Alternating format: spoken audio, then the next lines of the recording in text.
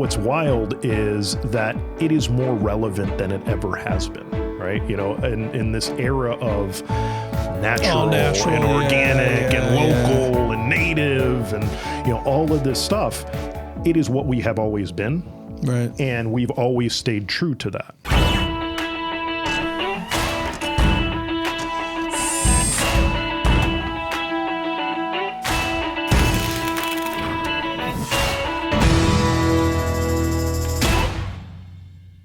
Just a quick reminder for you to like, subscribe, and rate this podcast so we can get your feedback and know how to make it better. Hey, it's Ari. Welcome to another episode of the Made in America podcast. Today, I have Bryan Jackowitz, president of Dickinson Brands. Bryan, thanks so much for coming on today. Oh, thanks for having me. Appreciate it. My pleasure, Bryan. It's the Made in America podcast, so we always start off with the same two questions, my man. What do you make and why do you make it? Well, it's perfect that it's called Made in America because I make Witch Hazel. And Witch Hazel has been a part of Americana since the Native Americans. That's right, before the country. Yeah, absolutely. It was, you know, one of their primary medicinal plants. It's Hamamillus virginiana. It grows wild in the Northeast here.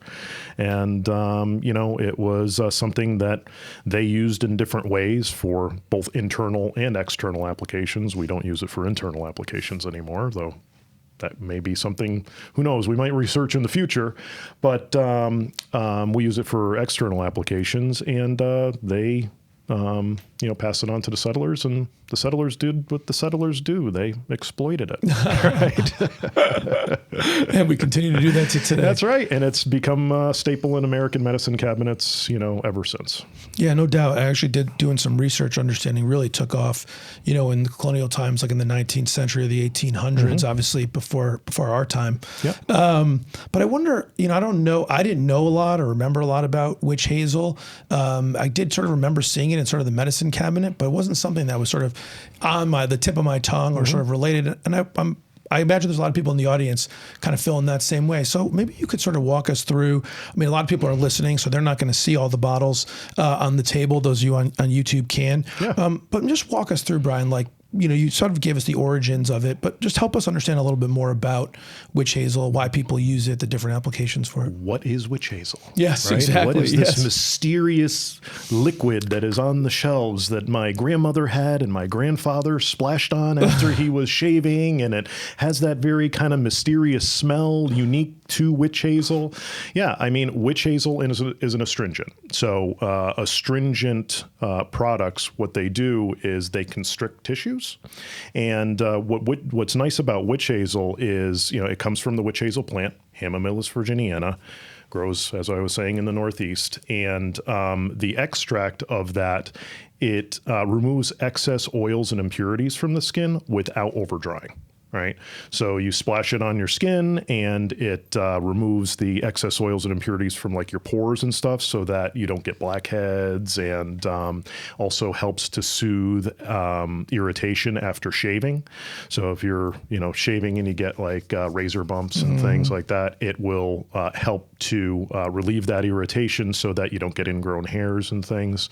And Witch Hazel has become, so back as you were saying in the beginning of, you know, the ages of tonics and elixirs, where you had these snake oil salesmen, right?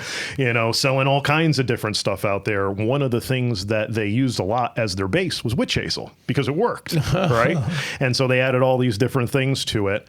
And so there were a lot of different brands of Witch Hazel out there. If people had a Witch Hazel plant in their yard, they chop it up, cook it up, make some Witch Hazel, and, you know, start selling Bryan's Witch Hazel on the street. And so in 1866, the Reverend Thomas Newton Dickinson, he had made his fortune in Civil War uniforms. So about the end of the Civil War, needed something else to do, right? Right. I mean, they're kind of a dying market. Yeah. Quite, no pun intended. Yeah, exactly. And so he saw all these little companies making Witch Hazel, and he thought there was no consistency. You know, there was no FDA, there was no ATF, you know, for the alcohol portion. It was actually not even preserved at that time, right? It was just a distillate made from Witch Hazel, from the Witch Hazel plant.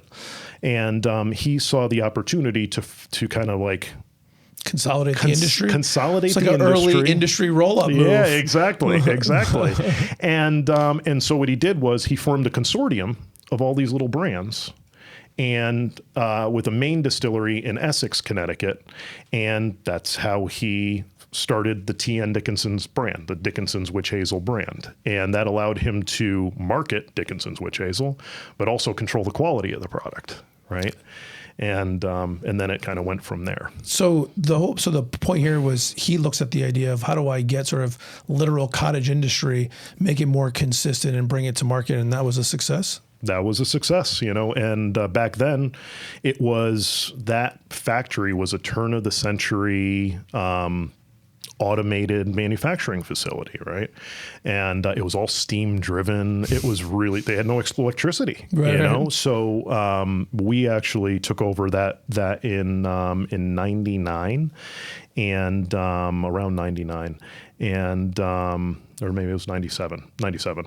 And they still had all the original wood floors in there. From the late 1800s? From the late 1800s. So they never upgraded. And that was really my father's contribution to the industry. Well, so. I'd love to actually kind of get to that because, certainly it's interesting, right? This is the history of the company, dates all the way back to the original, TN Dickinson roll-up of the witch hazel industry.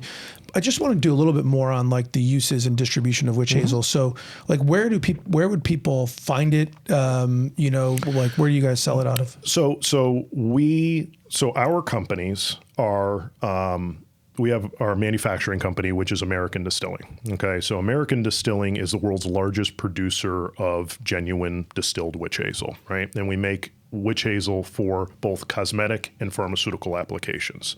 So on the pharmaceutical side, witch hazel is a monograph drug. Now, what's a monograph drug, right? USP, or United States Pharmacopoeia, sets the standards for all drug products, right? And they have a pharmacopoeia that states all of the standards for every drug, acetaminophen, ibuprofen, et cetera, all the way down. And the standards. Which is talking about what standard, meaning how much of the active ingredient needs to be so in it. when you manufacture an active ingredient, after you can manufacture it how you want, but it has to meet certain quality standards in order to be used then in an FDA monograph. And the FDA monographs stipulate how you can use that drug and in what quantities. Got it. Right? So ibuprofen at 200 milligrams for analgesic applications or whatever. Right. So witch hazel as a monograph drug, so USP, it's USP monograph for how to make it, right? And the standards that it has to meet, and then FDA has their monograph for how you can use it. So it's approved for skin protectant applications. So as I was saying, for like after shaving or cleansing the skin,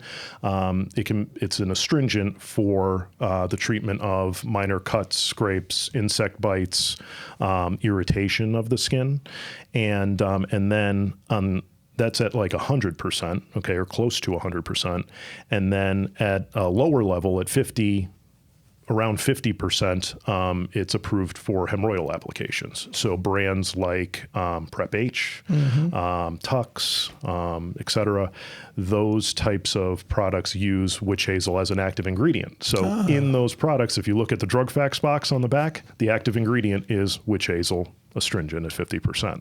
So we manufacture all of that pharmaceutical active API, they call it active pharmaceutical ingredient, which we sell to those companies for use as an ingredient in those products on the pharmaceutical side, for mainly personal cleansing, irritation reduction.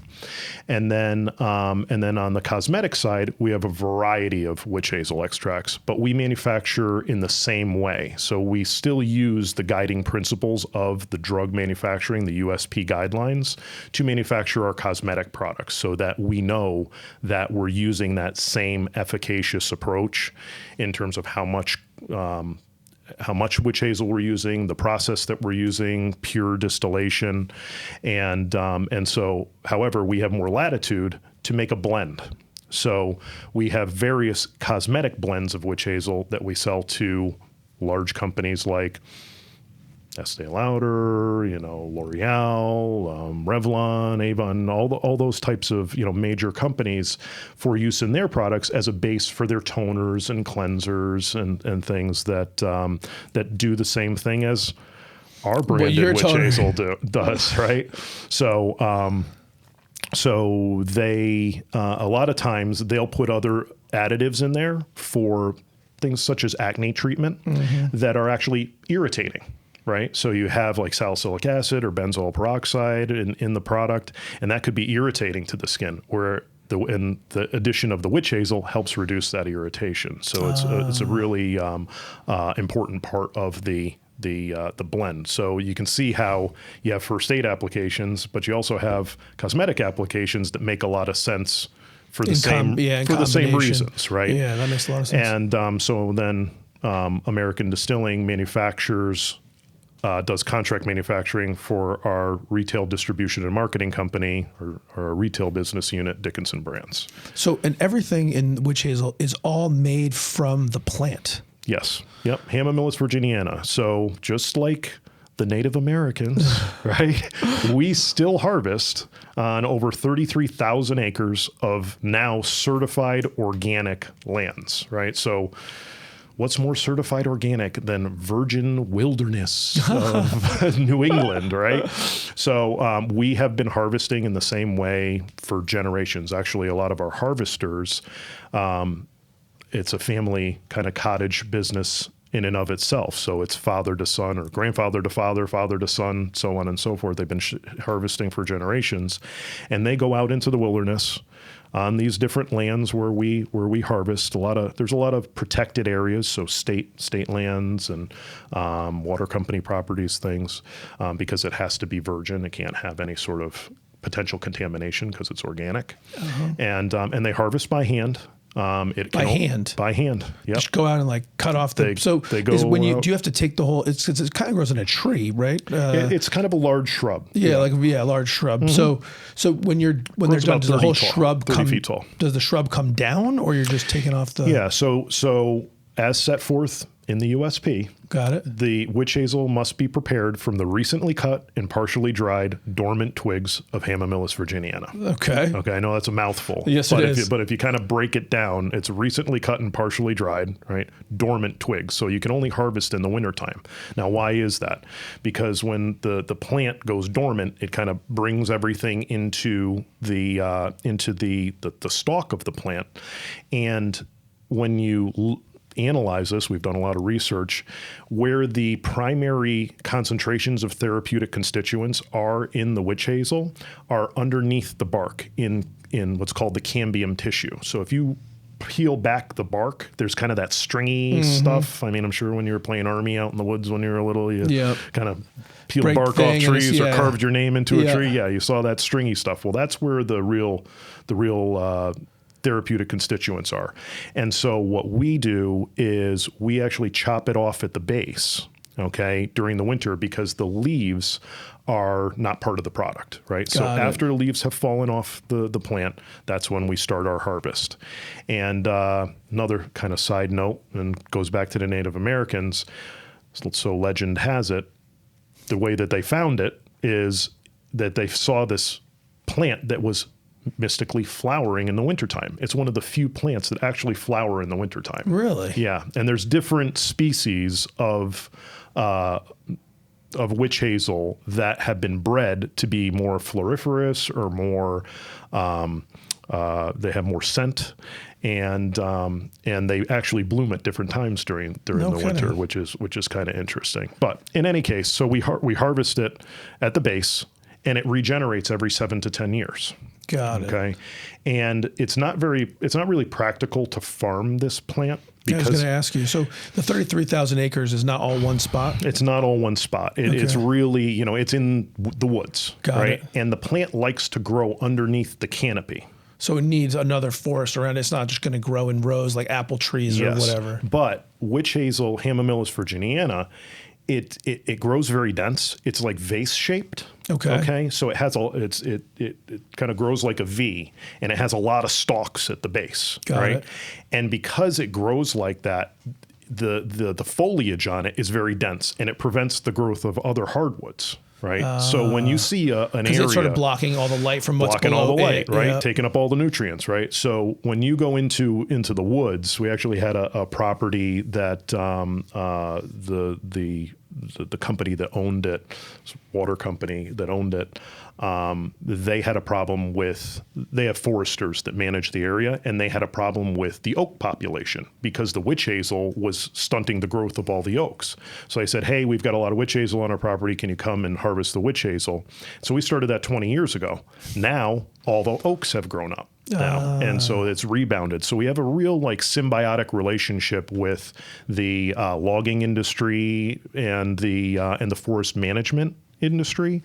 So it's really, we were sustainable and green and organic and local and native and all of this stuff before these were ever buzzwords. Right, before it was cool. And we've done it and we still do it the same way, that time-honored, genuine manufacturing methods are what we use to produce all of our products today.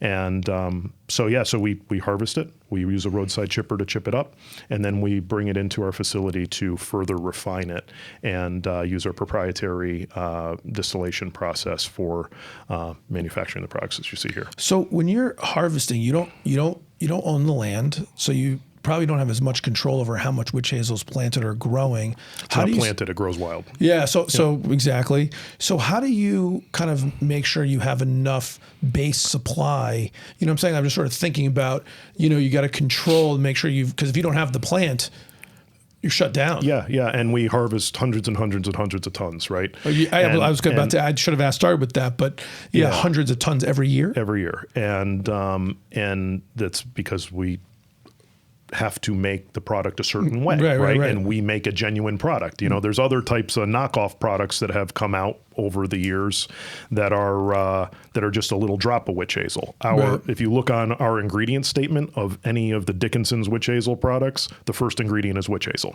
Right. Not water. Not water. Right. Exactly. So, so we. I'm sorry, what was the question? How do you make sure that the supply is right? Because it grows wild, you don't control the land. So we document how much witch hazel is on each of the properties that we harvest on, okay? Where we call them stands of witch hazel because they're kind of like a stand of witch hazel. Right. And so we document the tonnage, and then we know how much we took off, and it takes 7 to 10 years to regenerate.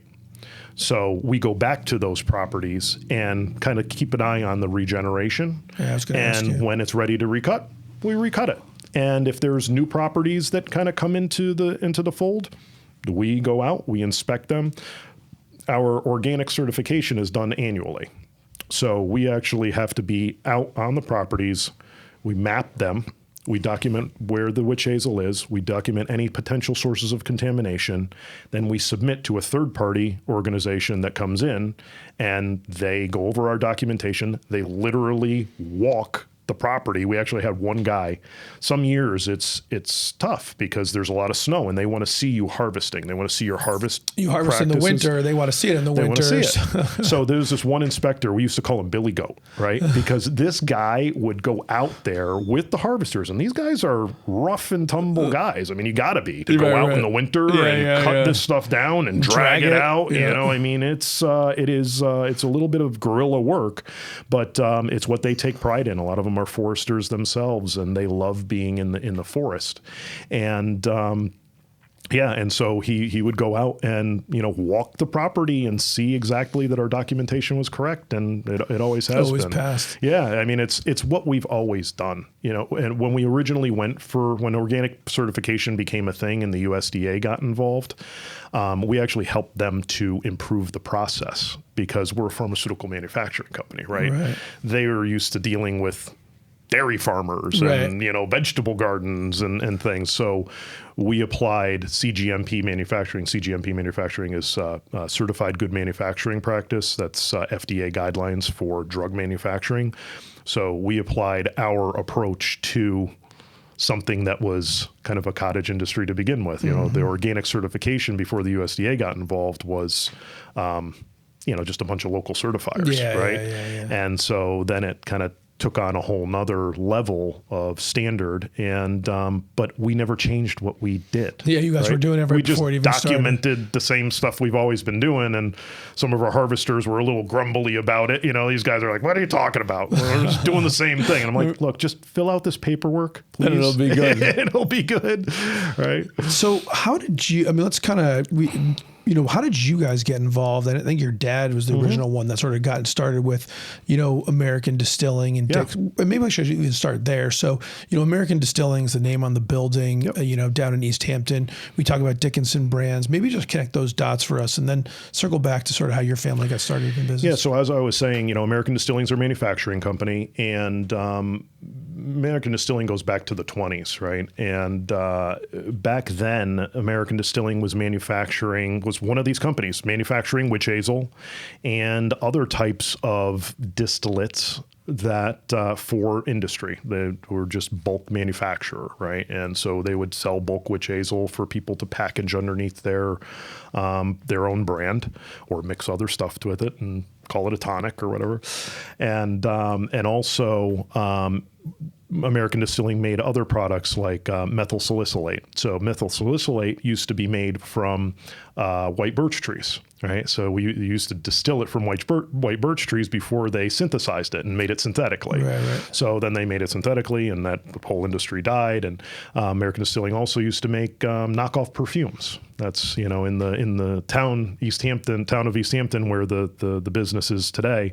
There's still a few old timers that still call it the perfume factory. And you used to drive by and smell the perfume, and now you drive by and you still smell Witch Hazel, right? Because it's just so it permeates every inch of the building. But my father got involved with the business in '73. He was actually a supermarket guy. He used to be he was the youngest regional manager for Walbaum's Food Mart. Oh, wow. Do you remember That's a blast Walbaum's from the past, Food Mart? sure, Yeah. So he managed all the Walbaum's Food Marts in the area, and his real thing was he was very process oriented as a store manager. So he always looked at it how he could streamline the process of the stores. Different systems for inventory control and different systems for streamlining remodeling and things like that. So he was really an entrepreneur at heart and an engineer at heart. He loved to build things and just a natural born engineer. And so my mother was a townie. She lived in East Hampton, and she worked for the old couple, the Blankenbillers, that owned American Distilling. And they had a little gift shop in the front. It was called the House of Hampton. And she was a true townie. She was Miss East Hampton when she was in high school and all kinds of stuff. But anyway, they were very close. And so when the old couple decided that they were going to sell the business, she happened to be dating my father, and she said to him, "Hey, look, they're getting ready to, exit. Maybe this is an opportunity." So there were about 5 companies of any consequence manufacturing Witch Hazel at that time, right? And my father looked at the industry, and they were all these old buildings. There was the one down in Essex, which was Dickinson's Witch Hazel. They were the giant at the time. And they had a quote-unquote automated facility, right? It was turn of the century automation. Turn of the previous century. Exactly. Right, exactly. And we've turned 2 centuries. It was crazy. Everything was steam driven, wood floors, copper stills. I mean, it was crazy. And they were the major guy. And then there were a few others. And my father said, "Look, if there's an old couple running this business, these are my competitors. If I just do a little bit, I should be able to do pretty well, right? I should be able to roll up the whole industry again, like we were saying about Dickinson, and roll up the whole industry under one roof." And so his vision was really automation. The other thing that you got to factor in at this time was the FDA was just getting going, right?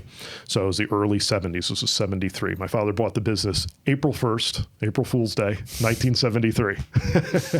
And thought that was a big joke, but he thinks the joke was a little on him. Exactly. Because little did he know how much work it was going to take. And it's a true American success story, right? He bled over this business. I mean, I remember when I was born in 78, going down to the factory and we were making witch hazel. We had old copper stills. There were 24 bolts on the top, and you'd use a socket wrench to take off the 24 bolts. You'd climb up this ladder. You'd jump on top of the still. You'd rock it back and forth. Get out of here. You'd dump it on the floor, and then you use a pitchfork to unload the still, right? Wow. And then you'd pull it back up with a block and tackle. You'd go up there and you'd use buckets to refill the still, put all the bolts back on, and then turn on the steam. And that's how you made the witch hazel. And after we made the witch hazel, my mother and my father, we sold a lot in bulk, but we only had one brand at that time, which was the T.N. Dickinson's brand. And they would sit at a table, and they had an old-fashioned glue labeler with a brush and glue. Oh, God. And they would put the paper label through, and they would stick it to the bottle, and they had a jug with witch hazel in it in a surgical tube, and that's how they filled it up by hand at the kitchen table. Yep. Well, a little bit more difficult than they thought it was going to be, I guess. Yeah. But, he thought about this and said, look, this product is being used for medicinal applications. The FDA is just getting going here. This is not going to continue. If this product continues to be made this way, it won't exist, right? So he designed and built a purpose-built, fully automated facility for drug facility for manufacturing drug quality witch hazel.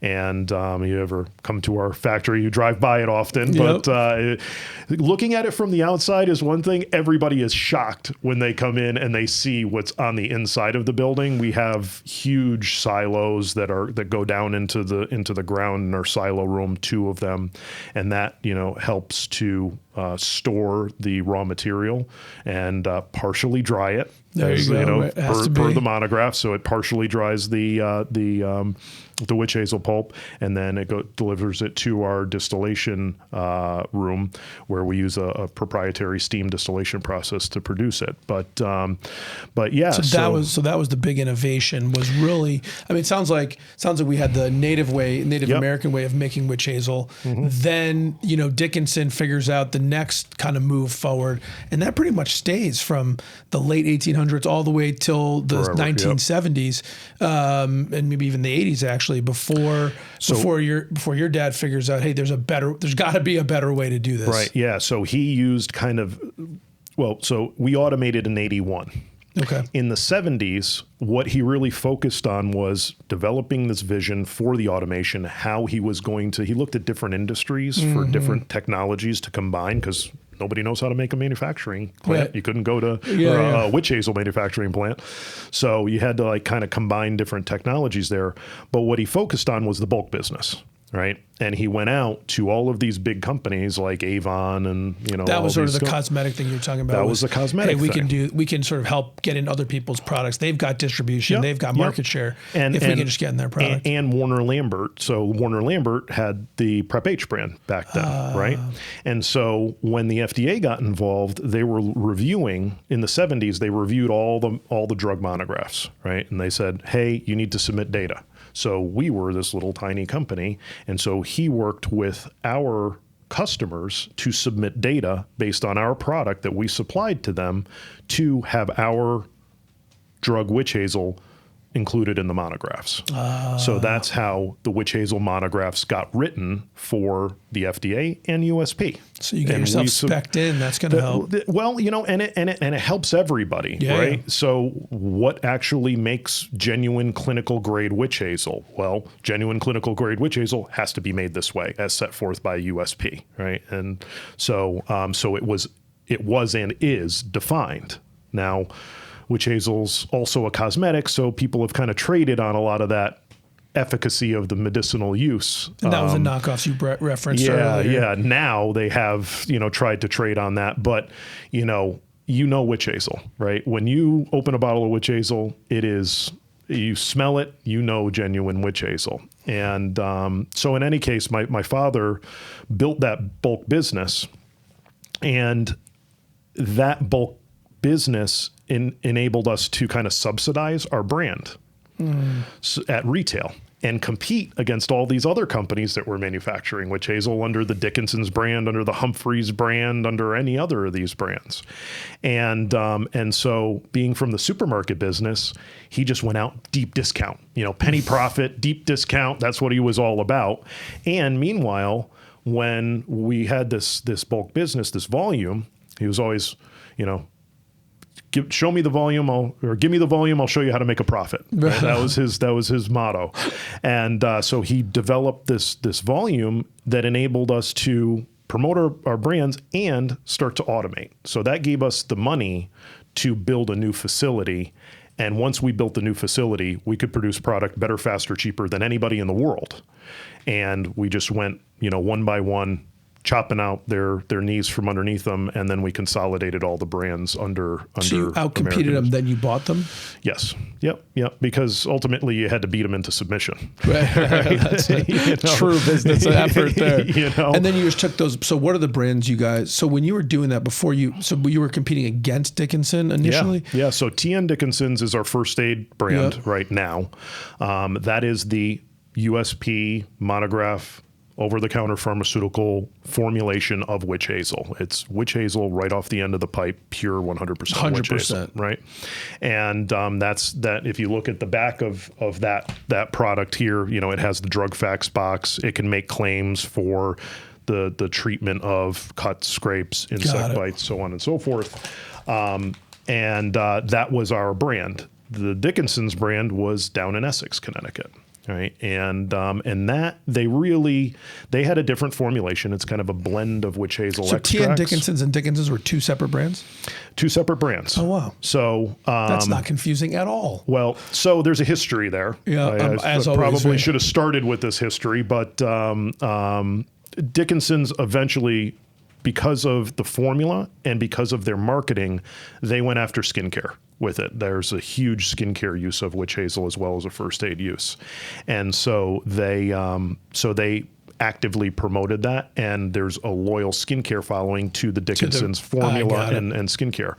But the reason why there's all of these different brands, number one, because there was a lot of Witch Hazel companies back in the day. But with Dickinson's, the reason why there's two different Dickinson's brands is because T.N. Dickinson Sr., when he died, he left the company to his two sons, T.N. Jr. and E.E. Dickinson. They didn't get along. Oh, right? The classic family feud. Yeah, that's right. Yeah, that's family feud.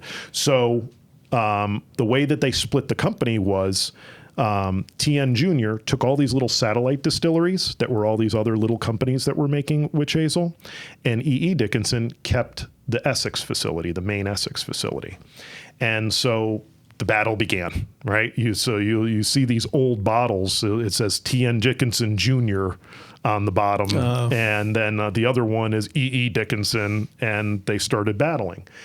But what they did was they came up with two different formulations, and they went in two different directions with the business. And so that changed hands 2 generations. And so there was Everett III and Leon Dickinson. Okay. Leon Dickinson was T.N.'s Jr.'s descendant, right?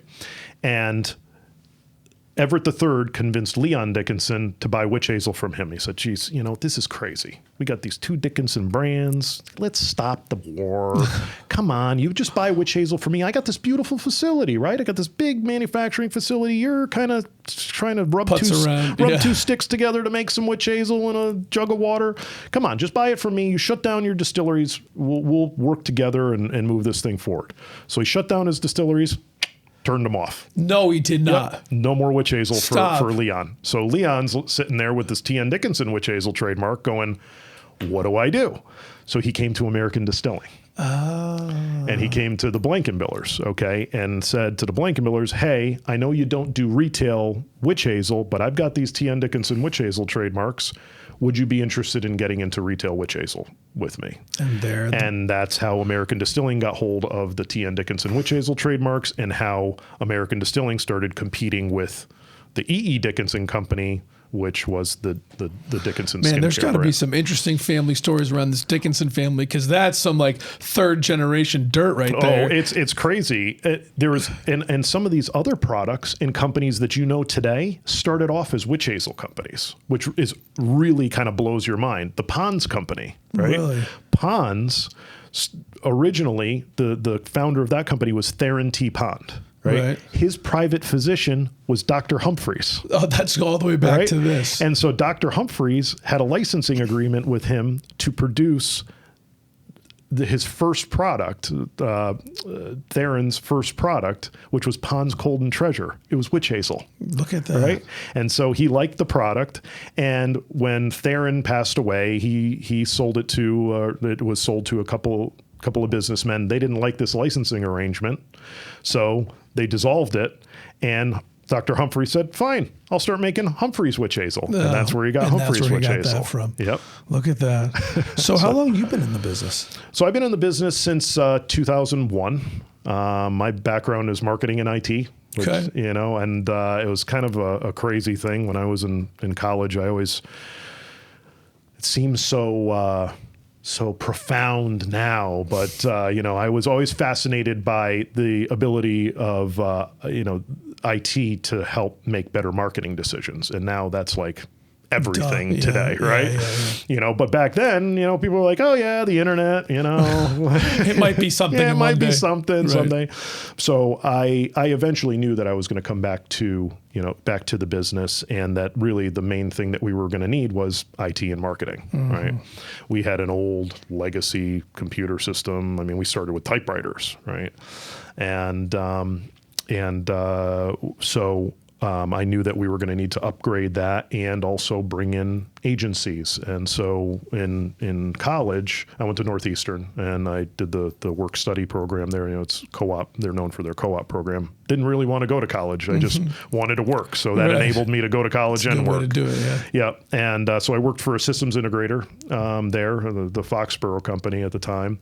They made intelligent automation systems for like process industries. We actually used a lot of their equipment in our facility. So good work study. So I knocked it out of the park on my interview there. We're like, who's this kid that knows all about this, intelligent automation stuff, right? So I worked with them, and then I worked with an ad agency when I left there, and kind of cut my teeth in the agency world and how agencies run, and kind of understood how to manage an agency. And then in 2001, I graduated from Northeastern, and we had a joint venture with actually the company that owned the Dickinson's brand, and we were doing all of the manufacturing. And we dissolved that joint venture, and so the Dickinson's brand came in-house, and we needed to do all of the sales, marketing, and manufacturing, and we had nobody to do any sales or marketing. And so my mother at the time, she was sick. She had cancer for 13 years. And so she was getting a little worse. And we had this business issue. And my father said, hey, look, I know you got aspirations. I was going to go to New York and work for one of our big customers, to kind of understand how bigger corporations worked in product development and stuff. But he said, look, it's time. And so I came home, and I kind of never looked back. And I was a marketing department of one. Okay. And it was a challenge because we were always a supply side marketing company, right? Meaning you're supplying to people that makes another product. No, meaning we just made products, and we made bulk products, and we made packaged goods, and we just pushed it out to the market, and people bought it. Okay. We never focused on the demand side. Hey, what do people want? And we'll make a product for what you want. Got it. Right? There was always a demand for Witch Hazel. And that's not marketing, right? No. That's not marketing 101. No. So the first challenge was changing the culture such that they were receptive to marketing, right? And having some small successes that showed them that marketing could work. And, at that time, I mean, I had the Dickinson's brand, and I mean, it looked like a bottle of motor oil, right? And it was selling from a beauty platform, right? And I was saying, we need to understand our consumer we don't want to alienate our older consumer. Okay? We want to understand why they violently love this product and why it's been used for generations. What is it about that, and how can we make it relevant to a younger consumer, right? And how can we expand on that? And so, I developed this whole elaborate marketing plan and brought it to my father. He's CEO of American Distilling, and I laid it all out for him and showed him the budget and everything. And he said, that's all very nice. I think you've done a lot of good work here. But you know what? You'll be somebody when you learn how to make something out of nothing, right? No budget, right? So I'm like sitting there like, oh my God, took all the wind out of my sails here, And so we started with just grassroots, small campaigns, sampling campaigns. I came up with this innovative way of getting samples out to people. I did a co-marketing program with Walmart where we put 2-ounce samples of witch hazel in with their cotton balls. And so because... Why not? Because you use the cotton balls to apply, I imagine. Well, my thing was like, hey, if you just give out samples, chances are they don't never even make it into the bathroom. They never make it to where people are actually going to use it. And witch hazel is kind of something that you need to use in the bathroom, right? You're not going to splash it on, take off your makeup in the middle of the day or something. Like, it's not like food in the grocery store where you can try it and see if you like it, right? So I thought this got it into the bathroom right with cotton balls so people could try it. And we put a coupon on there, and that, little promotions like that started to move the needle in the right direction. Then we evolved the packaging, and slowly but surely I justified getting a little budget and a little bit bigger budget. And before you know it, we had 2 brands, the T.N. Dickinson's brand firmly established in first aid, and the Dickinson's brand with its skincare formulation in skincare.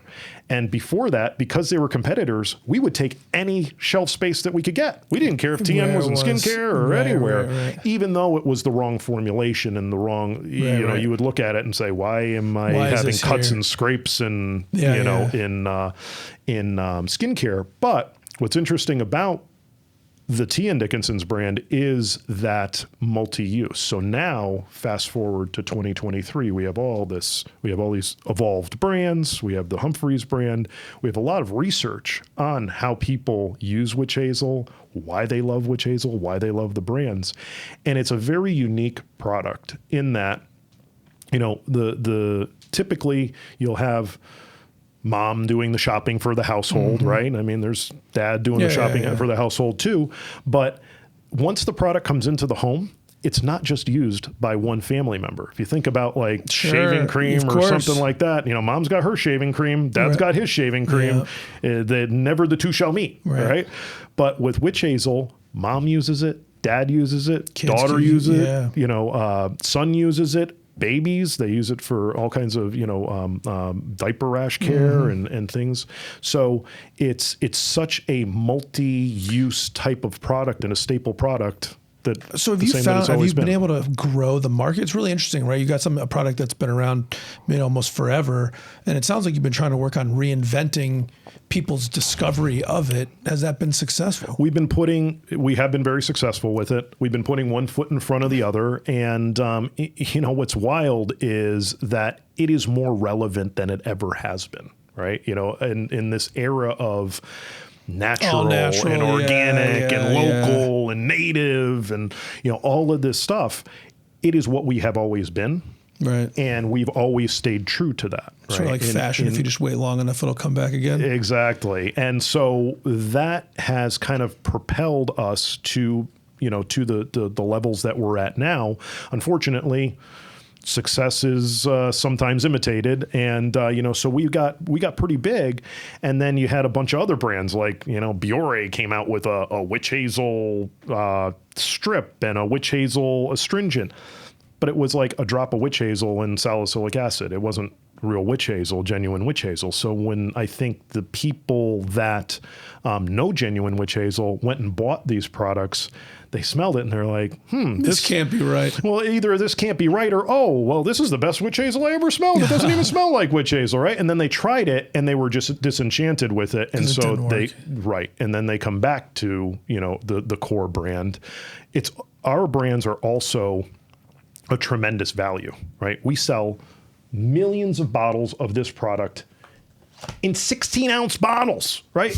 Jugs of this stuff, essentially, in the category, in the skincare category. 16-ounce. How many 16-ounce bottles are sitting in the skincare category? None, no, not right? much. Yeah. And then 16-ounce bottle in the first aid category for a very reasonable price. So it's something that is a great value that can be used as part of your everyday, household skincare routine, or your for cuts and scrapes, or a multitude of uses. As I was, saying before, it's approved for hemorrhoidal applications. There's a lot of usage for that. We have a hemorrhoidal product. I don't have it here today, but yeah. And so we've really had a lot of success with just capitalizing on the trends in natural and organic, and really getting back to basics, and especially in like an inflationary environment like now.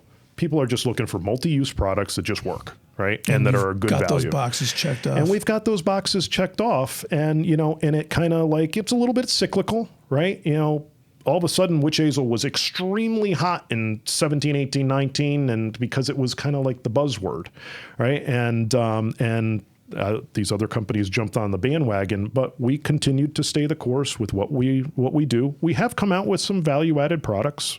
We have our new toner serum under the Dickinson's that is, for toning and treatment. A little bit more like higher-end beauty type application. Yes, but still a value. Right. This product is still, a 4-ounce product, when a lot of those treatment serums and stuff are like an ounce, or under an ounce, Right. So we really maintain that value proposition for our consumers. We are kind of an oxymoron, right? We're a quality value product, right? Right. Usually you get one or the other. I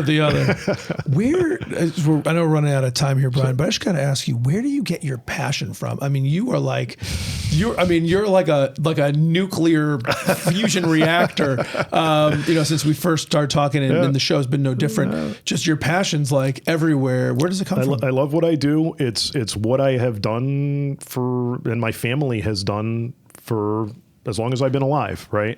And my father is a very passionate, energetic entrepreneur, and he's pushing 80 years old now, but you wouldn't know it because he uses witch hazel every day. His skin is great, and but he's very powerful, and so I get that kind of entrepreneurial energy from him.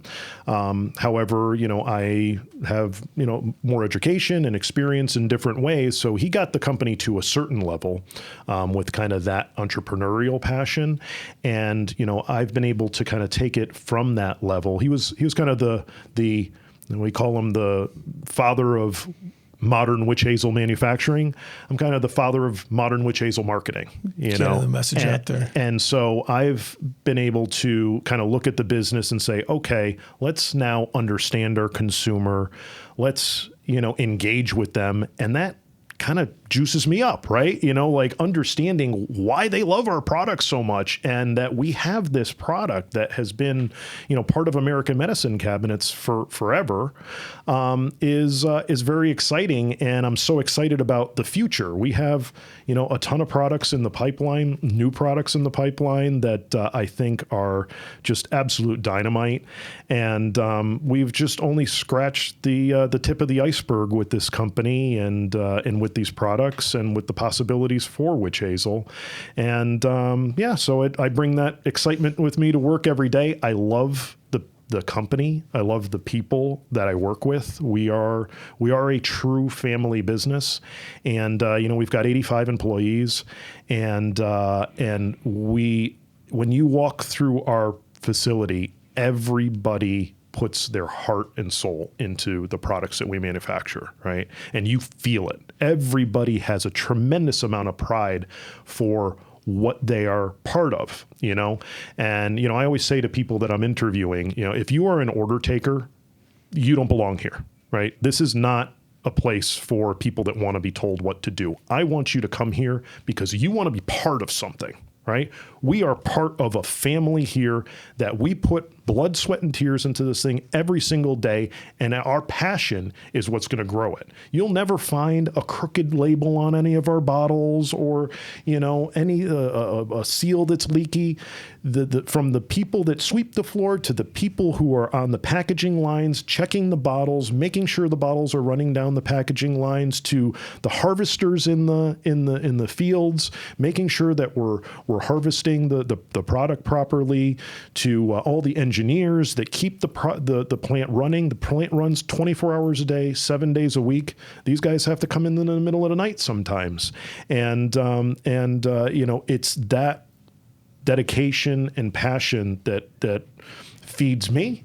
And I think it goes both ways, right? We're all in this together. You know, it's not my company or my family's company. It's all our company, and this is all of our product. And this product is America's product, right? It's exciting. I couldn't possibly put it better, and it's awesome. You know, just the story about kind of taking something that's old, making it new again, bringing the energy.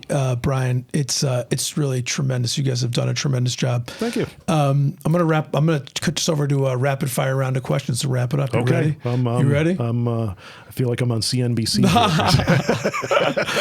All right, here we go. The lightning round. Here That's we go. it. Red Sox or Yankees? Not a sports fan. iPhone or Android? iPhone. Sports car or SUV? Sports car. Staycation or exotic destination? Exotic. Do you have a favorite business book? Good to Great. That's a good one. If you had to do something other than being president of the Dickinson Brands, what would you do? It could be anything in the whole wide world. I would have been in the military. I could see that. What's something, Bryan, that you learned early in your life or early in your career that you think's helped propel you to all the success you've had? Embrace the suck. Always, you know, struggle. I think that's something that I really enjoy, the struggle.